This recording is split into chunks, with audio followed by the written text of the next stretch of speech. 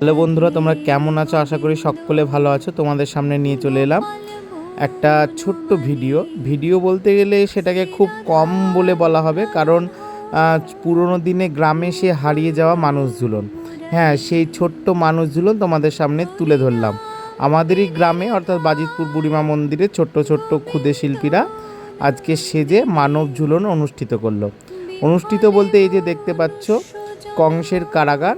আজকের মানব ঝুলনের মানে টপিক হলো যে কংসের কারাগারে শ্রীকৃষ্ণের জন্ম। এই যে সেই কংসকে দেখতে পাচ্ছ এবং তার মাঝে ছোট্ট রাধারানী এবং শ্রীকৃষ্ণ সেখানে রয়েছে, এবং বসুদেব মাথায় করে শ্রীকৃষ্ণকে নিয়ে যাচ্ছে, এবং এখানে পিতা নন্দ রয়েছে এবং মা যশোদা শ্রীকৃষ্ণকে বেঁধে রেখেছে। বসুদেব এবং মাথায় কালিয়ানাগ ছত্রছায়ায় ধরে রয়েছে শ্রীকৃষ্ণর মাথায় যাতে বৃষ্টি না পড়ে। আর এই যে সেই ছোট্ট মেয়েটি কারাগারে বদ্ধ, হ্যাঁ সেটাই হলো মা দেবকীর রূপ। তারা যে এত সুন্দর রূপ ফুটিয়ে তুলেছে, এবং শ্রীকৃষ্ণকে যে ননি খাওয়াচ্ছে মা যশোদা, তোমরা দেখতে পাচ্ছ এত ক্ষুদে শিল্পীদের যে অনন্য রূপ ফুটে উঠেছে এই ঝুলন যাত্রায়।